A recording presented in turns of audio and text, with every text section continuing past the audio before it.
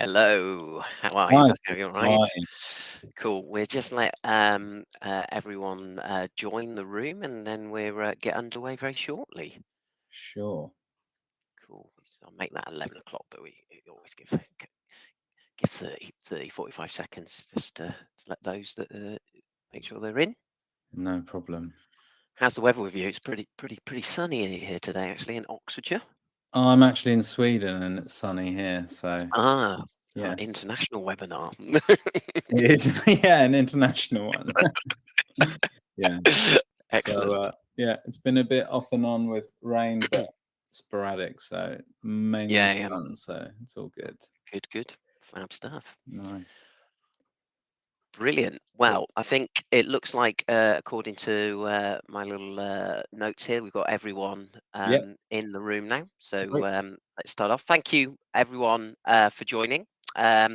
Today, I'm joined by Pascal from SiteMinder, and I'm Pete from High Level Software, and we're going to be looking at myth busting and revenue boosting. Have a look at the channel manager and the sort of crazy chaotic world of all of those third-party channels and who to work with.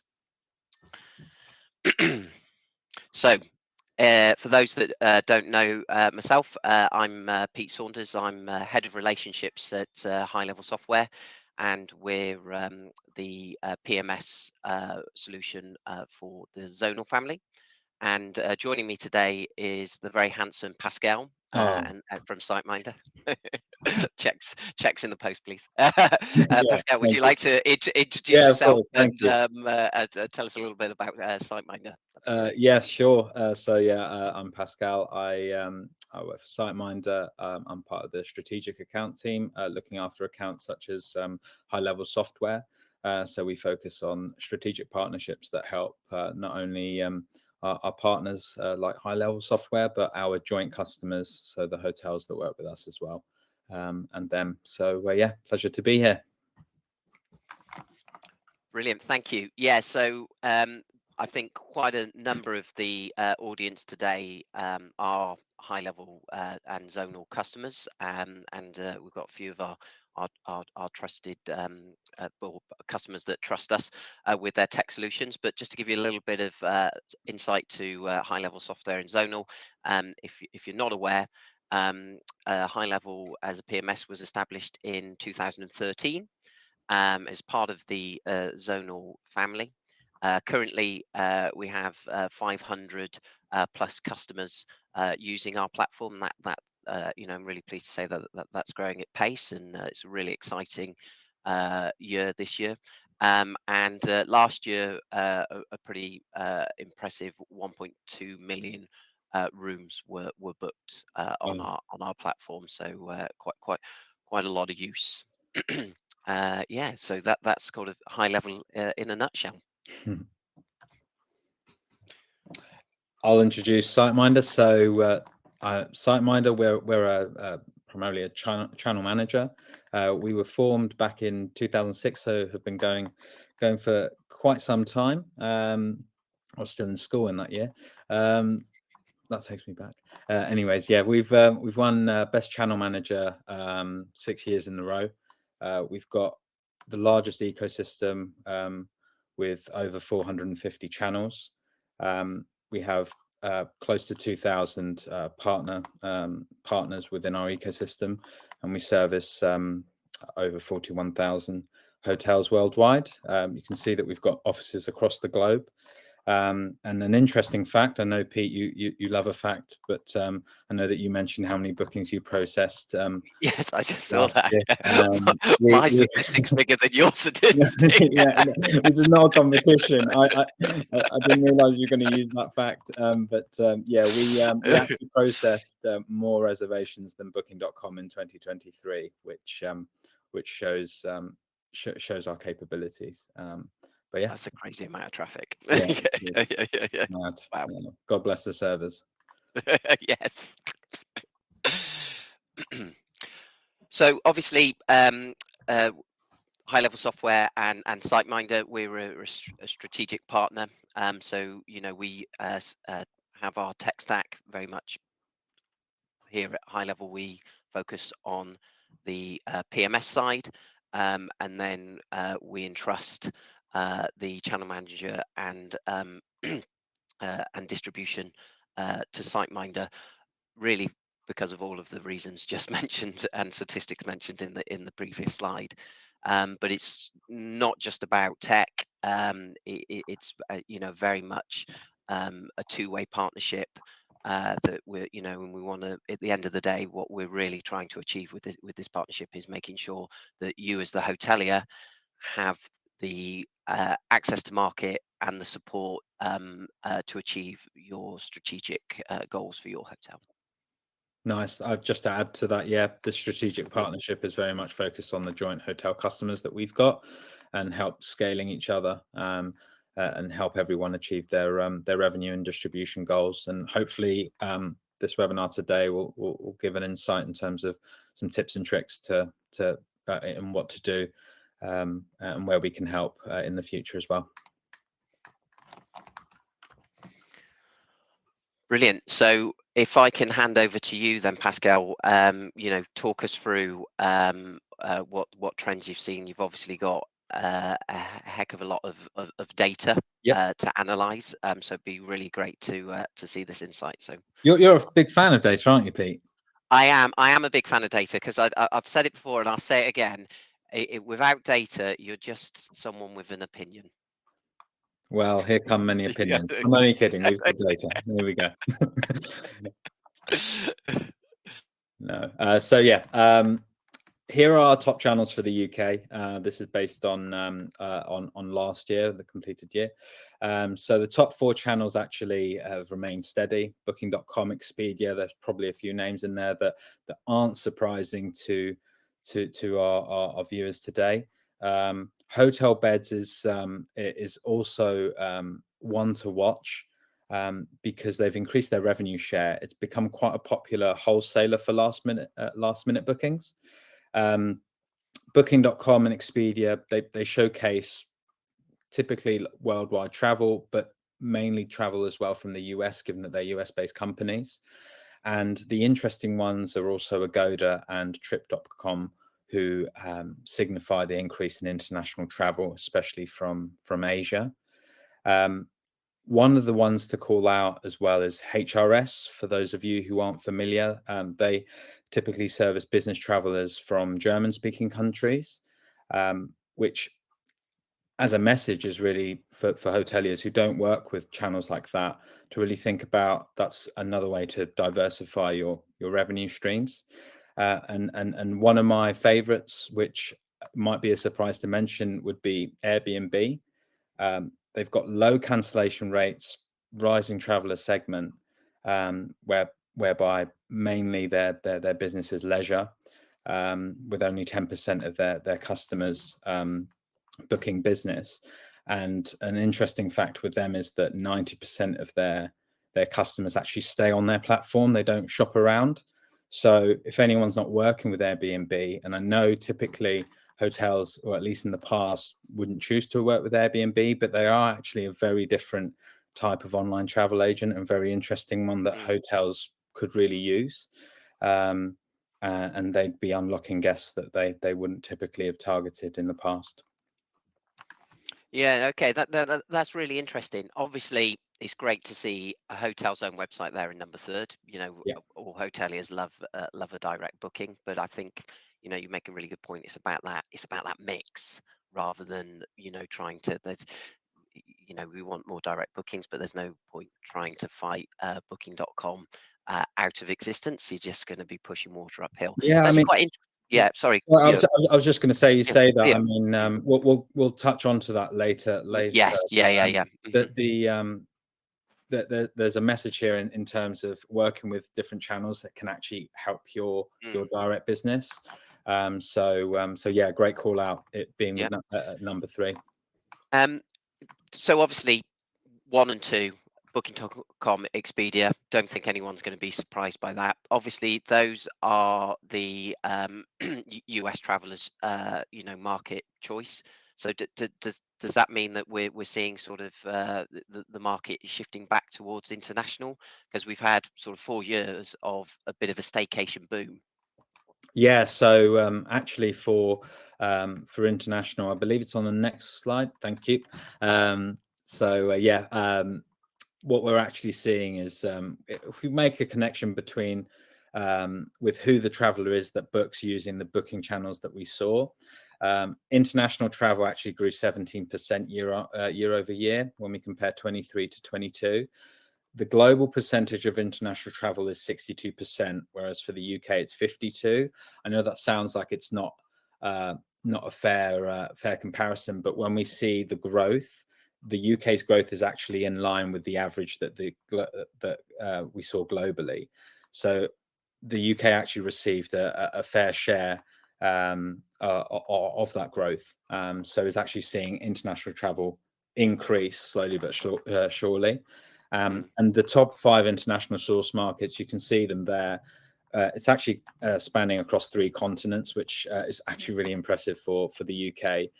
No surprise with the US, given Booking and Expedia.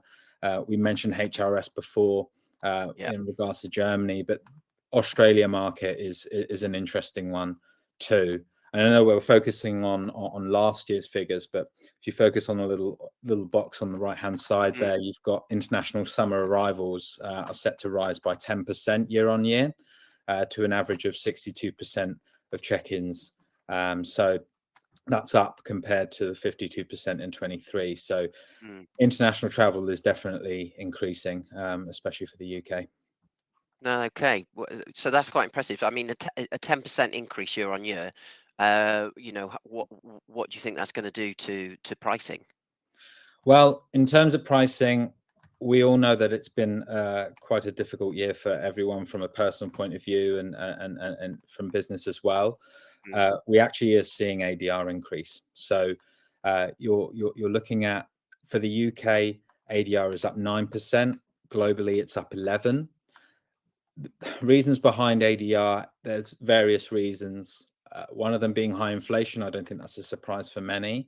But my message here to hoteliers is to compare your ADR growth to the 9%, and also keep in mind the costs, and if your costs have changed as well. So have your costs changed more or less compared to ADR?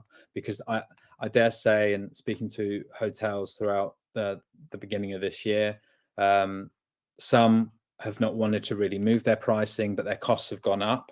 And the message here is, if that's the case, then don't be afraid to move your costs up, because really, you should protect yourself, absolutely. But also keep in mind what competition is doing. And I know it's a hard business world to be in, but ultimately, yeah, we're seeing the ADR grow. That's cool. Sorry, one thing to add, I forgot to mention. With ADR, I mentioned inflation is a factor, but on a positive note, ADR is also influenced by upsells. So if you're doing as many upsells as possible, you're growing your ADR, and that's not from, oh, the world is increasing in price, so I need to increase in price, but that's actually being strategic in terms of growing your revenue, which I dare say a lot of our viewers and listeners are doing in any case. But it's about maximizing and optimizing that, which we'll go into a bit more detail later on. But that's also a factor here. So as an ex-revenue manager, obviously ADR, fascinating statistic, good data statistic, but looking at it in isolation can be a bit dangerous. So, I mean, if you're seeing price or ADR increase, are we seeing length of stay decrease because people are having to pay more? Are they staying shorter? Yeah, good question. Actually, for the UK, it's one of the lowest length of stays compared to the Northern Hemisphere, I would say. So it is linked to ADR, but it's also linked to where bookings are coming from. So if we go back, we don't have to go back to the slides, but if you remember the slides previously that showcased that 52% of travel in the UK is international, and obviously that means, if my maths is not wrong, 48% is domestic. You've got to consider that if 48% is domestic, then length of stay is likely. You know, people are not really going to stay longer than obviously the graphic shows that it's one and a half. Obviously, it's based on an average, but they're not going to stay Yes, longer of course. than 2 nights, if that. So it's really about looking at where the bookings are coming from. So what I would recommend is for hotels to use SiteMinder data, look into where your bookings are coming from, use high-level software data as well, see where the bookings are coming from, and tailor your business proposition to that. So if 52% of bookings are international, then you should consider strategies on how to hone in on those source markets. Interestingly, the book window, you can see the sunshine, if you will. It shows that the UK's book window is quite a high one, an average of almost 5 months or thereabouts. That's highly influenced by the source markets that we referenced before, i.e. United States, Australia. Naturally, you would book far in advance. However, if you consider that that's for the international business, for the domestic business, we actually saw that the book windows increased by 7%. So even domestically, people are thinking about their trips a little bit further in advance, but it's only 41 days, so around about a month out. And that's where I would encourage hotels to really think about what they're offering from a domestic standpoint versus an international one. So thinking about incentivizing international ones to book in advance, lock it in, i.e. using non-refundable advance purchase rates, potentially using length of stay promotions. I dare say hoteliers are doing that, but maybe honing in on really what they're offering.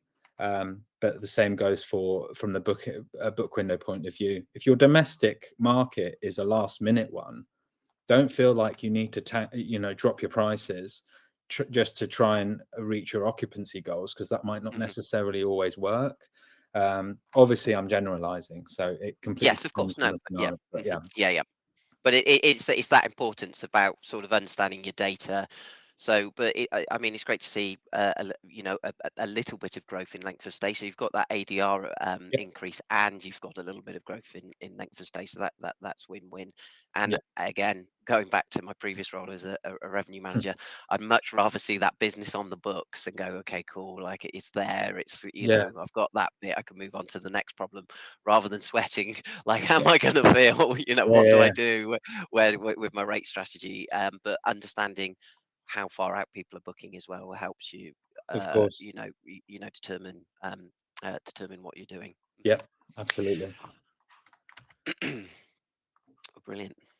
Next slide. Yeah, cool. Right. One thing I forgot to mention at the start, sorry for the audience, there is a window, a question box. So if you wanted to type out any questions up to myself or Pascal, we'll answer those at the end. So just feel free to type away at those any point during the webinar as those questions pop into your head, and we'll pick them up later. But let's look at now sort of distribution. And can you sort of bust what the most common misconceptions when it comes to distribution, then, Pascal, for us? There's no myths. End of webinar. I'm only Yeah, kidding. No, yeah. sorry, terrible joke. It's all crystal clear. Yeah, Yeah, no, no, yeah, no. yeah, So, I mean, the number one myth that I have heard over the years in previous roles, and this one is, I just need to be connected to no more than 2 third-party channels, and yeah. that's enough. And the fact is, and we actually did research based on the hotels that work with just high-level software and ourselves, and the statistics were really impressive. So any hotel that had 3 or more channels got 60% more revenue and 50% more reservations year over year. Yeah. So real difference to those hotels that had only 1 or 2 indirect channels. So it's or third-party channels, whatever you want to call them. Yeah, yeah. So it really shows that you actually get a real difference in terms of your business. And the other point is it's thinking about the billboard effect. Now, the billboard effect, for those that are unfamiliar, is where there's research been done, and 65% of people who find your property on an online travel agent will visit your own website.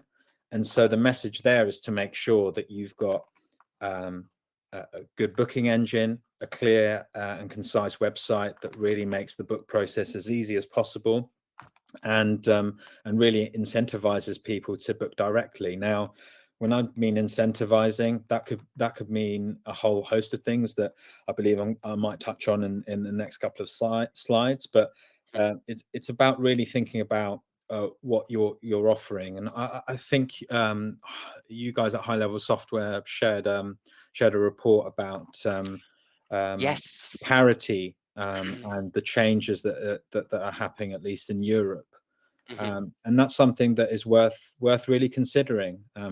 Having worked as at an online travel agent, I know the pressures that are put on hotels to always be in parity, otherwise your ranking will be affected, etc. But I can definitely say that if you did think about parity in a different way, your bookings aren't going to stop overnight with your third-party channels, that's for sure, because they're just not going to turn that tap off. No. But that's all I'll say on that matter. Yeah, well, that's fair enough. I mean, yes, you did touch on our white paper on the parity report.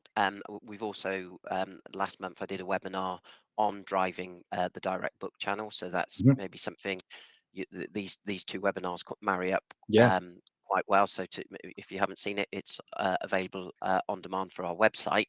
But I can kind of understand why we have these hoteliers that may be on one or two Yeah. OTAs, because surely if you list on more of these commissionable channels, you're going to end up with a bigger commission bill at the end of it, aren't you? Well, that's the second myth. So the second myth is adding more channels. The tendency is to think more channels, more commission payout, Yeah, lower makes sense. Yeah. lower direct business, but that's not the case if you use it strategically. So there's a few things here. Number one is the billboard effect that we touched on.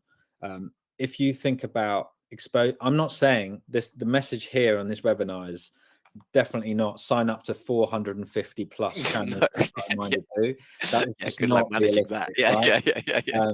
But the message here is, if you are only on one or two, or you might just be on 3 channels that are not your own direct website, think about, are you happy with the overall business that you're getting? Are there points in the year that you could be doing more? And think about where your business is coming from. Are you getting many Australians through the door, or are you tapping into the US market as much as you wish? Thinking about where the bookings are coming from and utilizing our distribution capabilities to your advantage, and at the same time boosting the amount of direct business you get through the billboard effect. And with the right strategy, that's what can be achieved. I have to add, adding more channels doesn't cost anything in terms of you don't have to pay more to add channels. And I also have to add, there are some channels that are actually cheaper than the ones that you might already be on. So it's about picking what's right for you, what works for your business. If you're a type of property that wants to increase business travelers and you haven't worked with HRS before, take a look at HRS. I'm not plugging them in particular, but it's just one that is good for business travel in Europe. Or if you're looking for a different type of traveler that you've never experienced before, maybe Airbnb's one to check out, because they do work with hotels as much as that surprises a lot of people. It's not just apartments. So, and I believe they've also got options where you can request booking rather than be on live booking and things like that. So it's about finding channels that work for you. Some of them might have lower cancellations, longer length of stay, you name it. So there are a lot of positives to being on other channels for sure. Okay. So then okay, say I've set up more channels, and I've set my pricing to, low, mid, high season. Is that enough? We done? I'm afraid Job done? not. No. So Yeah. adding more channels. You'll like this, Pete. If you add Yeah. more channels, you'll have Mm. more data and you'll have more insights. So there's no need for that opinion piece that you Yeah. mentioned, Yeah. Yeah. right? Yeah. So you'll be able to have all the data on your fingertips. So like I said, if you add two or three more channels to your portfolio, you're enriching yourself with that data that can better serve you next year as well, because it's not a short-term game, this, and it's also not a game. It's obviously serious stuff for a lot of us. So when it comes to it, you'll be able to grow your wealth of knowledge. And Mhm. when it comes to being low, mid, high season pricing, for example, you need to be dynamic. The landscape is changing. The type of guests that are booking are changing. The way they are booking is changing, and it's about future-proofing yourself. Mm. So what I would say is, with more information that you get, you can assess the channels to help your low seasons, to help your mid seasons. And I read a report this week. Sounds like I'm really fascinated with Australia, but it is about Australians.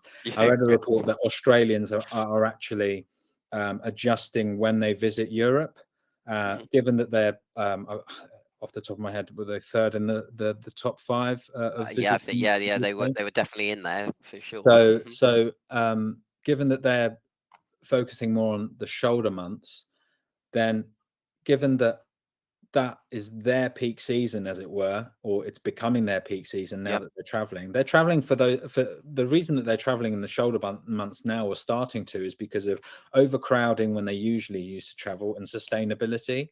So it's about helping travelers like that help you, really. So I Sure. mean, shoulder month, in the article that I read, is about September, October, and that doesn't always, it's not always the busiest time of year. It's starting to be a bit of a lull in the UK when it Okay. comes to Mhm. bookings. So you could really expose yourself to more business that way. But yeah, you can use the reports from SiteMinder, and also high level software to help make you make those judgments. Brilliant.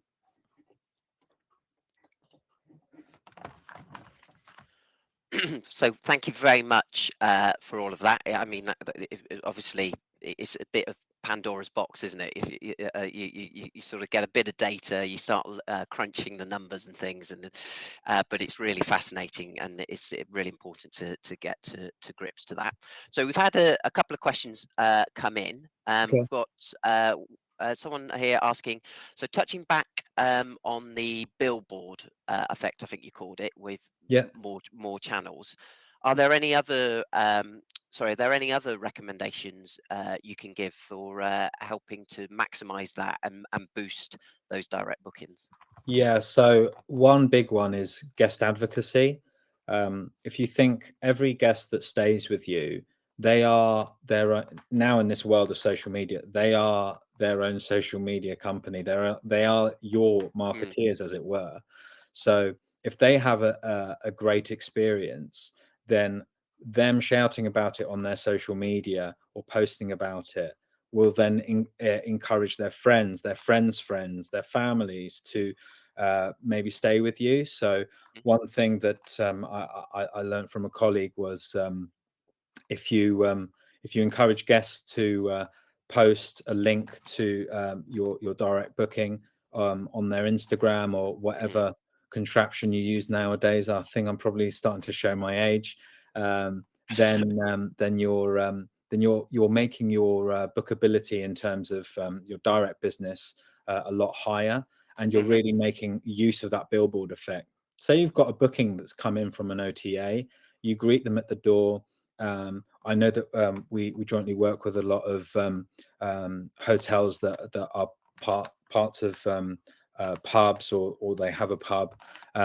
One thing that would be incredible would be, and I'm not saying every guest, but having a welcome drink. I personally know that would be, oh wow, I don't always get this. Something like Mhm. that. It doesn't have to be a welcome drink, but just as an Yeah, yeah, example, yeah, yeah, yeah. that Added would value. Yeah. yeah, Mhm. it would definitely add value, and it would get that guest to think, oh wow, this place is great, and then get them to post.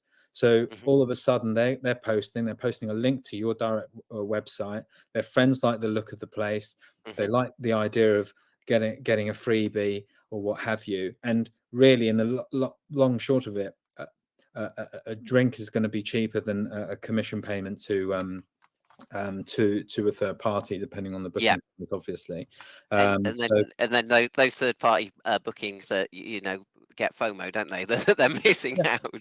So yeah, next time they book direct. I used to have a similar a strategy where if we were in an unfortunate situation where we ended up with a bit of a queue at the front desk, right, I'd always ask the front desk team to make sure that when they were dealing with and if we had the availability, dealing with a direct booker, to say, oh, thank you, Mr. Smith, because you've booked direct, nice and clear and loud, make sure the whole queue hears. Because you've booked direct, we're able to offer you a complimentary upgrade today. yeah, And then everyone who else is checking in from booking.com and Expedia go, oh, I didn't know yeah, that was a thing. And, it's just planting that seed. Because yeah. we've No, done a white absolutely. paper that a lot of customers don't even realize that there's that commission charge. So it's Yeah, yeah. again, it's about, educating the customer, right? Yeah, I mean, and also, I mean, customers tend to book through third-party website because of ease, Yes. and that's the thing about future-proofing your hotel. That's why I Hmm. mentioned earlier about this term future-proof, and that's in line with guest experience, but also technology. Yeah. So making sure that your own website can be used on any device and be bookable. And I mean, not just be able to be used, but optimized to that Yes. Hmm.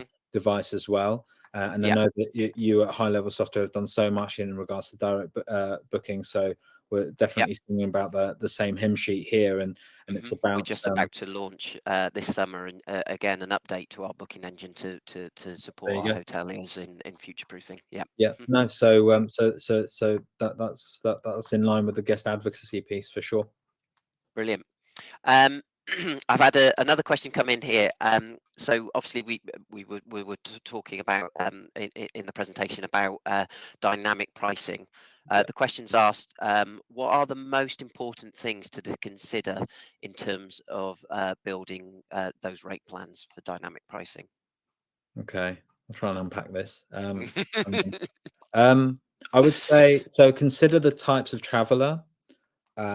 We touched upon when do they book? Do they book in advance? Do they book last minute? If you're in a market that tends to be last minute, then don't always think that you need to drop your price last minute to sell those rooms. I would also say we talked about having so much data. Utilize the channels that you're on, Hmm. because a lot of them have got data themselves. Yes, it will be only specific to that channel, but utilize our channel, which gives you the utilize our data that gives you the overall picture. Hmm. Use high level software as well. That gives you the overall picture, but then also use the data that you get from the channels that you're on to understand the market that you're in even better from an online perspective, and then use that to your advantage. So if you've got Hmm. travelers that book in advance, make sure that you've got advanced purchase rates. If you offer food and beverage like we touched on, I would also say you should have rate plans that are are are varying in what they offer as in choice. For Hmm. example, one of my favorite rate plans, which isn't always the most popular in the hotel industry because of logistics, is room only non-refundable. It Hmm. is like the Ryanair of hotel, at least online booking, entry level Yeah. standard, because you're Hmm. basically saying book the room only, book it in advance, Hmm. non-refundable. I've booked it. If I'm going by the UK booking window standard, I've booked it a month in advance. Yeah. I arrive, I may have booked it for a night or two for a business trip. I arrive, I might be a bit tired. I realize you've got a nice pub and I can see there's food. You might even have tasters on the reception desk, and then the receptionist goes, "Oh, you haven't booked breakfast. Would you like to book it for tomorrow?" Oh Hmm. yeah. No, let's book that in, because I wouldn't be thinking, "Oh, I've already spent money on my room only," because I've No. already paid it like a month ago. Hmm. I'm now thinking this is not this is just not Yeah. a huge expense, and therefore you can lock them in. And by the way, that could become your direct revenue, either if this is a direct booking or it's through one of the other channels. Yeah. Yeah. Hmm. So you're actually upping your ADR and upping your upsells and increasing Hmm. your revenue. So that will really help in terms of the managing the cost aspect that we touched on earlier as well.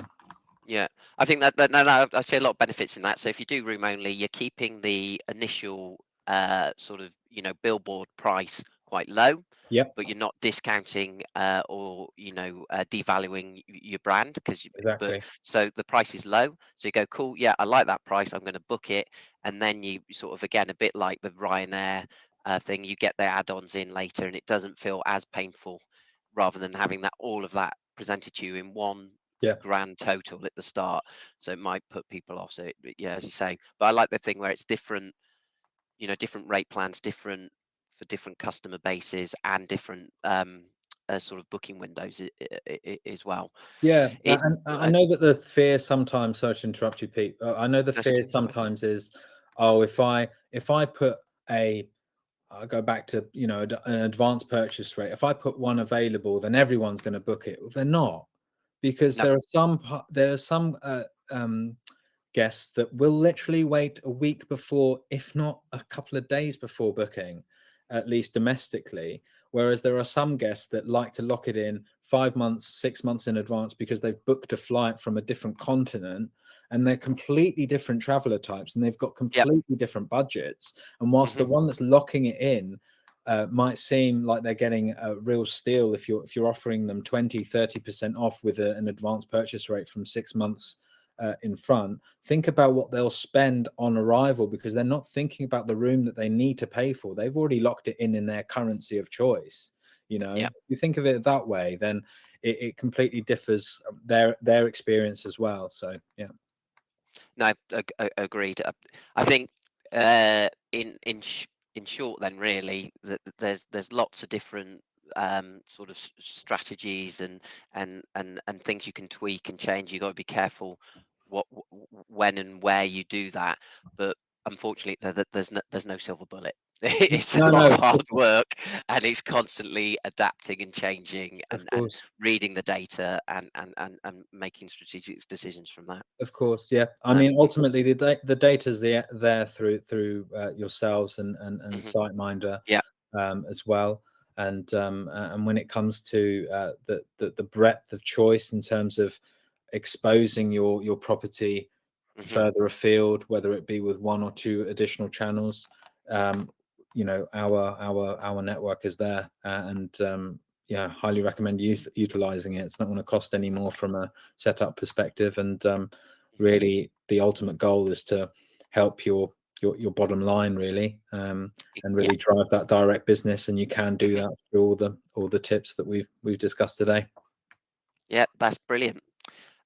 So one last question, and someone's asked if where can they get their hands on this data then that you said you sat on all of these requests, so that nice and straightforward. You Yeah, can either request it.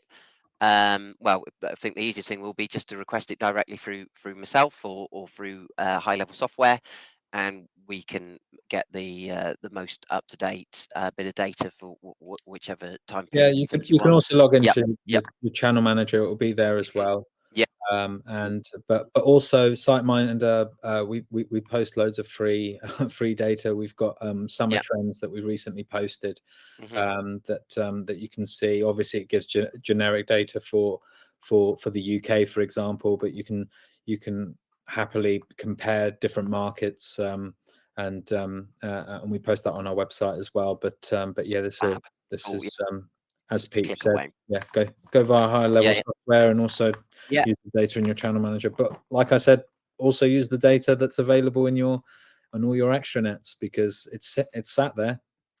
Yeah, yeah, this is very true as well. The channels themselves do offer those, some reports as well through that channel. Yeah, So yeah, you can check it out in different locations, different formats yeah, like that. That's brilliant. Well, that's cool.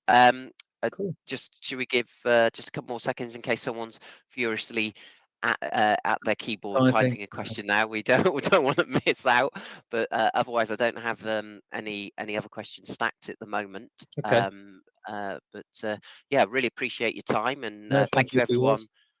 No problem. Thank you everyone for attending. I hope you've found it insightful. And yeah, if you want to talk about distribution and the channel manager or rate strategies and things, you can reach out to us at any time. Yeah, it doesn't look like Okay, we've no got any worries. questions. So yeah, thank you. And should we call that a day and give Yeah. everyone take a bit of an early lunch? Thank you Brilliant. everyone for Yeah, joining. thank you. Bye Take bye care. now. Bye bye.